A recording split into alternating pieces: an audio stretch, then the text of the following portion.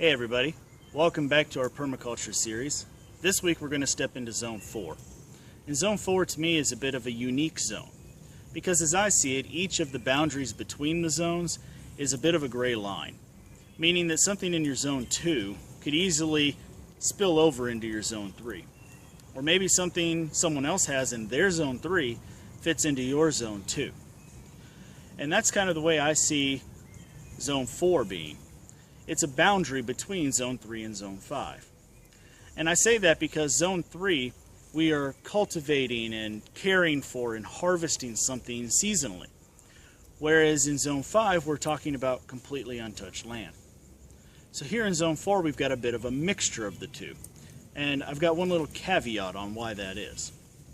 So in Zone 4, we're going to find things like our livestock pastures that we don't have to do any maintenance on. We're also going to find things like wild edibles. Now, in your area, that could be any number of things, from mushrooms to any other kind of vegetation. One thing that we have here is muscadine vines. But it's not just the vegetation I think we need to consider. We also have crawfish or crayfish in our area, and I think that those too fall into the wild edible category. The other thing we're going to have in Zone 4, and this is where the caveat comes in, is our wood plots. If you're going to harvest wood to heat your home, it's going to come out of Zone 4.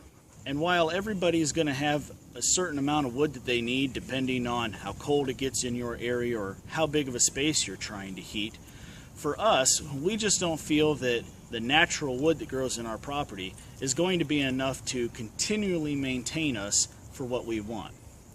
So what we're looking to do is do an initial cultivation where after we have established the trees, we will then be able to harvest from them annually and they will regrow. So what we're looking to use are hybrid poplars. They're not the hottest tree that's out there. They're not going to provide the most warmth. But what they do allow us to do is set up 4 different plots that we can harvest from each year. And by the time the trees reach 4 years in age, they're old enough to harvest and use the trunks as logs to put in our fireplace. So we'll harvest the first plot the first year, the second year, and by the time we get back to the first, the trees have grown back enough that we can harvest from them again. Plus they have a dual purpose. We'll use the trunk in the fireplace, but we'll also use the branches through our wood chipper to make mulch that we can use in our garden and anywhere else around our property. So I hope that gives you a good idea of what we're going to find in Zone 4. And I hope you join us back next week when we will go into the final permaculture zone, Zone 5.